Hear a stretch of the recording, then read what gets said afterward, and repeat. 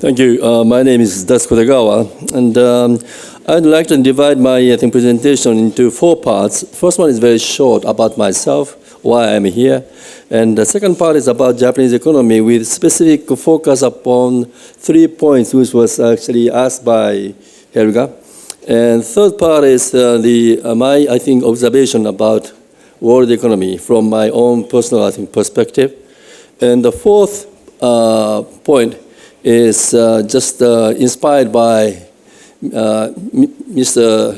LaRouche's point. I would like to explain a very, very important new invention which my company created very recently, which will completely change this world. Okay. First, about myself. I worked in the Ministry of Finance of the Japanese government for 35 years.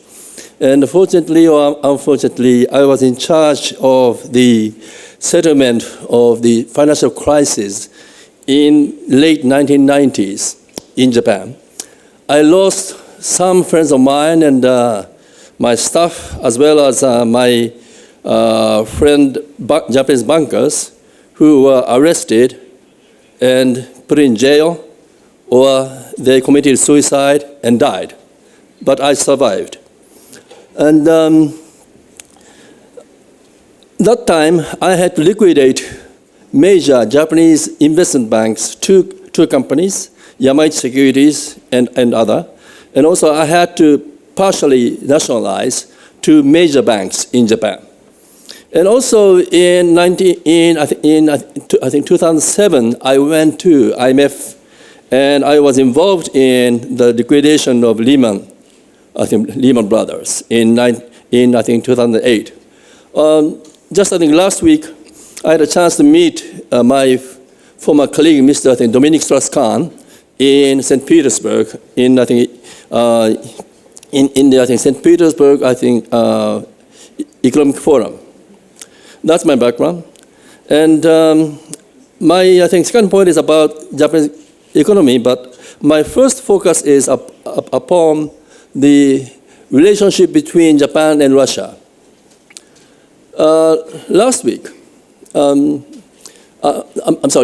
month, May 2nd, I celebrated my birthday. This is a joint birthday party with my friend, who is a very famous Russian conductor, Valery Gergiev, because his birthday is May 2nd and mine is May 3rd. So for the last 7 years, we, celebrate our birthday together somewhere in the world. And he told me that he would perform on the next day in Kazan and in a city named, Ekaterinburg on May 4th. But he didn't say anything further. And on May 5th, I was sitting in a lounge of the Moscow airport, and suddenly I saw his face performing in Syria at Aleppo. That was a big surprise, but that was a fantastic performance. And at the birthday party of about 40 people, I had my friend, who is my very good friend, the best speaker of Russian language. He is our ambassador in Moscow. Early morning next day, he flew to Sochi to support our Prime Minister, Mr. Abe, in his meeting with Mr. Putin. That meeting took place on May 6th. On May 7th, I received an email from my friend. He said 3 things. Oh, I cannot say anything specific to you. Number 2, meeting went very well. Number 3, Prime Minister went back to Japan with full satisfaction. So that was a very simple message. But thanks to that message, well, as you know that in 2018, in Russia they have, presidential election. And also China, they have this kind of election next year. Usually, 1 year before that kind of election, nothing moves, because people are more concerned about where they are going to work or something. So we had thought that next year, it is not likely that we will have a final agreement with Russia. But this meeting on May 6th changed everything. Now we expect that our Prime Minister, Mr. Abe, is likely to accept the invitation of Mr. Putin and attend the economic forum in Vladivostok on September, I think, 2nd and 3rd. And I am quite hopeful that within this year, Mr. Putin will come to Japan. And if that will happen, it is highly likely that we would come to the final agreement with Russia sometime next year. Now, I'm now, very optimistic about it. So that part is now going very well. And my second point is what is now going on in Japan with regard to the nuclear power plants. As you know that we shut down all nuclear power plants after the incidents of, Fukushima in 2011. Last year, finally, we reactivated 2 of them, and then followed by 1. And 2 weeks ago, our Ministry of Economy made public the report, which had a kind of the prospect for the future energy combination in Japan. The target year is 2030. And in that report, we expect that we would build 24 new nuclear power plants in Japan.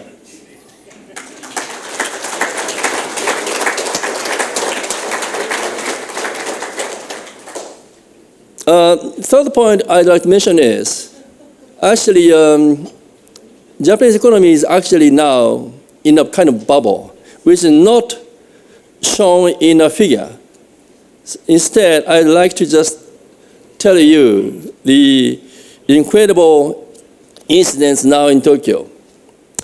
We relaxed some visa, requirement for people from Southeast Asia. Of course, we didn't relax visa requirement for the Chinese because we are afraid that if that will happen, 700 million Chinese might come to Tokyo. Okay. But last year, we received 5 million Chinese tourists. That was 100% increase over 2 years ago. And the average purchase volume of each, Chinese tourist is now something about $3,000. And now we have a shortfall in hotels. After the big earthquake and tsunami in 2011,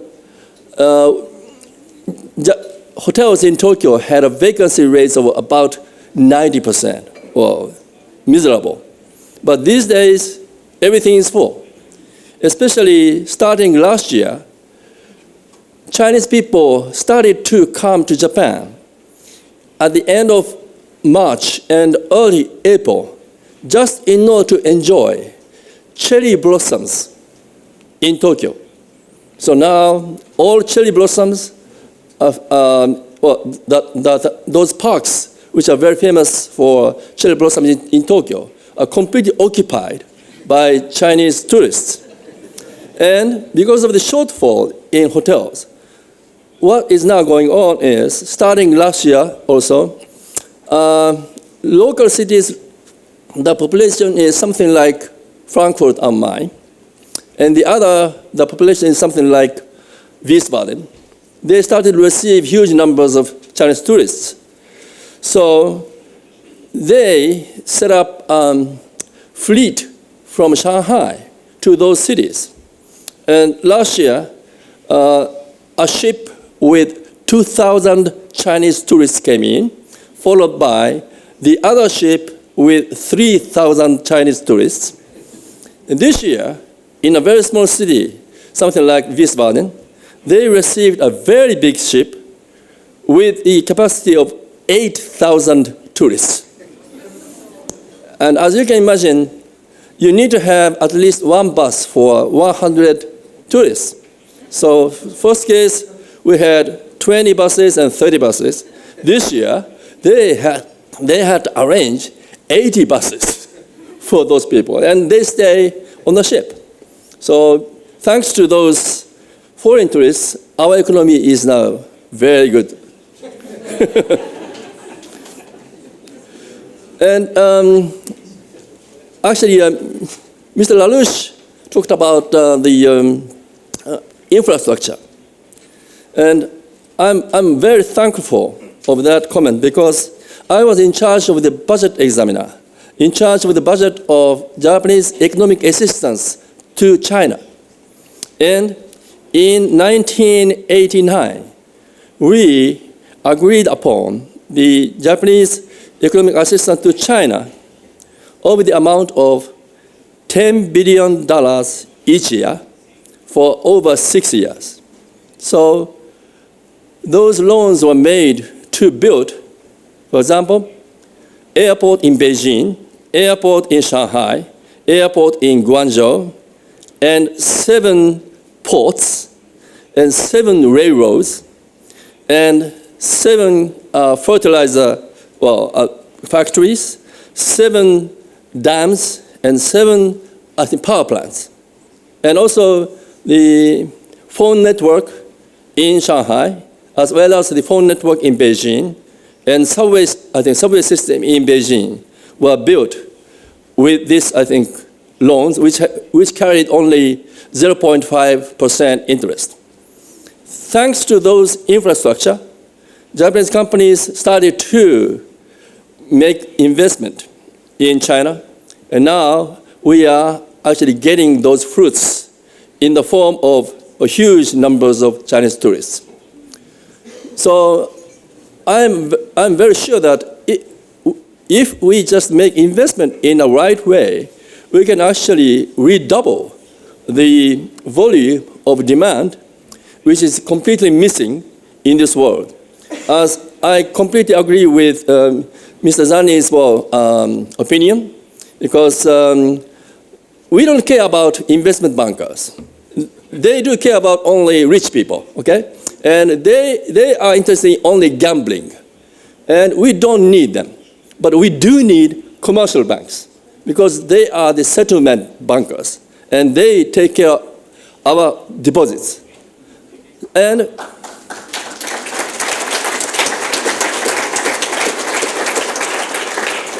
in order to stop investment bankers gambling, as he said, it is very important to look at asset side. Even if we would allow bankers to keep huge amount of money under the name of equity, it does not stop gamblers make gambling. So we have to separate these two. And we have to take all banks back to our own life. And he just mentioned, but of course, this is a little bit difficult to understand, but there is a concept of notional amount for, derivatives. When they gamble, they need some kind of base figure, which is not real. But it is said the notional amount of derivatives held by Deutsche Bank is 300 trillion euro. That is 5 times larger than the GNP of Germany. So you'll be really, frightened. But don't worry. There's a way to settle it. Well, those investment bankers, they just gamble each other. Maybe the counterpart might be Goldman Sachs or Morgan Stanley, or something like that. So they should just net out. They should just net out everything. Then suddenly, the amount would become almost zero. So here again, we don't have to worry about. And we should more focus upon manufacturing. And so now the time to disclose our invention.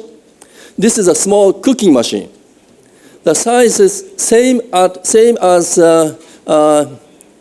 electric range. There's a small boiler inside. And using the hydrogen water, we will make heated heated steam. And we can control the temperature between 150 degrees or 600 degrees. And when we put this steam into the cooking machine, of course, air will be pushed out.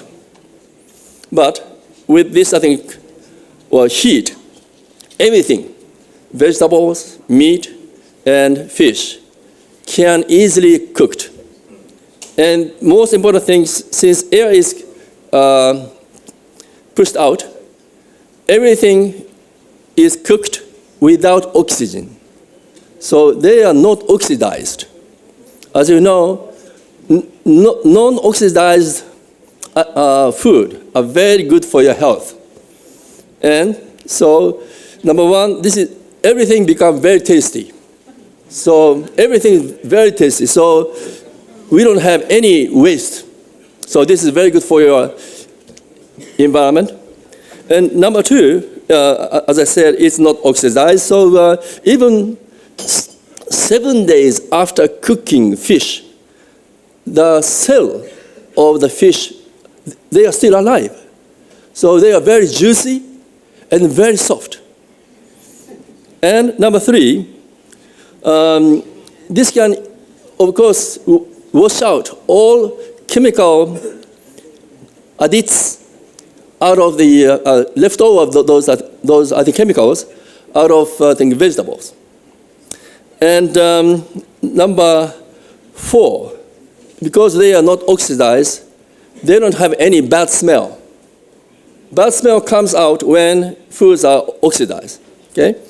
So, and number five, it is very, very easy to cook. In the case of sliced meat, you put sliced meat into this machine only 2 minutes, and after 2 minutes, everything is fine. Everything is perfect. So we started to sell this big one to the Japanese largest, I think, supermarket chain.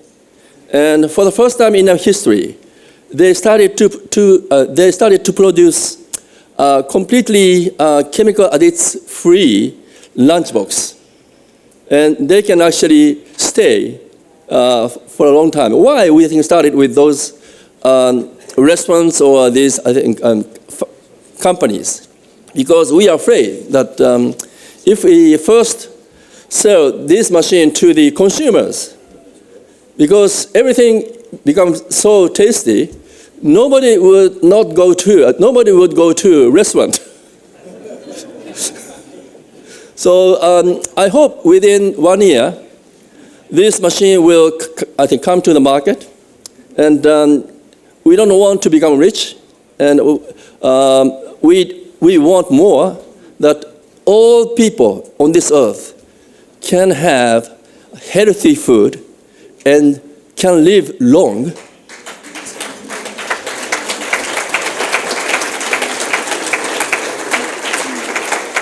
And the expected, I think, price range will be between $1,500 and $2,000. Okay, thank you very much.